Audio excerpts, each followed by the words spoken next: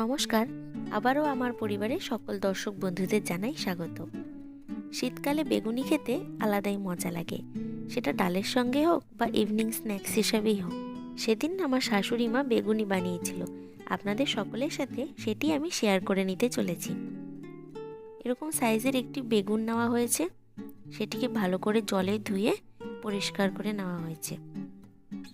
1 থেকে 1.5 ঘন্টা আগে এভাবে একটি ছোট্ট বাটিতে কিছুটা চাল ভিজিয়ে রাখা হয়েছে, সেটি মিক্সিতে দিয়ে চালের গুঁড়ো করে নেওয়া হবে। ক্রিস্পি বেগুনির জন্য বেগুনের যে স্লাইসগুলো করা হবে সেগুলি খুবই পাতলা হলে ভালো হয়। মোটা হলে বাইরের পুরটি কিন্তু পুড়ে যাবে বা বেশি ভাজা হয়ে যাবে, কিন্তু ভেতরটি প্রায় কাঁচাই থেকে যায়, সেদ্ধ হতে একটু অসুবিধা হয়। তাই জন্য যতটা সম্ভব পাতলা করলে সেটি খেতে খুবই ক্রিস্পি হয়। আমার শাশুড়ি মা এইভাবে পাতলা পাতলা করে কেটে নিচ্ছেন। আপনারা আপনাদের সুবিধা মতো বেগুনের যেরকম শেপ সে অনুযায়ী পাতলা করে কেটে নিতে পারেন। পাতলা করে কাটার পর আরও একবার ভালো করে জল দিয়ে ধুয়ে জল ঝরানোর জন্য এভাবে একটি ঝুড়িতে আলাদা করে রেখে দিলেন।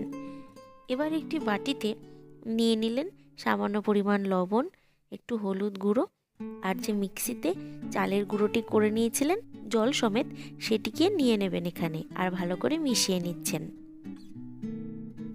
1/2 কাপ মতো বেসন মিশিয়ে নিয়ে ব্যাটারটি রেডি করে নিচ্ছেন। অল্প অল্প করে জল মেশাবেন আর সেমি লিকুইড একটি ব্যাটার তৈরি করে নেবেন। ব্যাটারটির কনসিস্টেন্সি আপনারা ভিডিওতে দেখেই বুঝতে পারছেন আশা করি। স্বাদ ও গন্ধ উভয় বৃদ্ধির জন্যেই দিয়ে দিলেন 1 চা চামচ মতো কালো জিরে, আর সেটিকেও ব্যাটারটির সাথে ভালো করে মিশিয়ে নিচ্ছেন। বেগুনি বানানো খুবই সহজ। সন্ধেবেলা মুখরোচক যদি কিছু খেতে ইচ্ছা হয় তখন চটজলদি এটি বানিয়ে মুড়ির সাথে বা চায়ের সাথে খেতে কিন্তু দারুণ মজা লাগে। যে কোনো ভাজা পুরি লোহার কড়াইতে ভাজলে তেলও কম লাগে আর ক্রিস্পি ভাবটাও বেশ ভালো হয়। আমার শাশুড়ি মায়ের একটি পুরনো লোহার কড়াই আছে, যেটা সম্ভবত ওনার পিসির দেওয়া, যেটা উনি একদমই রিজেক্ট করতে নারাজ। তো যে কোনো ভাজা পুরি হলে ওই লোহার কড়াতেই উনি করে থাকেন। ক্রিস্পিও হয় বেশ ভালো, তাই পুরনো হলেও আমরা কড়াইটি ফেলে দেওয়ার কথা মাথাতেও আনি না। যারা সম্পূর্ণ ভিডিওটি এতক্ষণ ধরে দেখলেন তাদের সকলকে অশেষ ধন্যবাদ। যদি রেসিপিটি ভালো লেগে থাকে তাহলে অবশ্যই লাইক, কমেন্ট অ্যান্ড শেয়ার করার অনুরোধ রইল।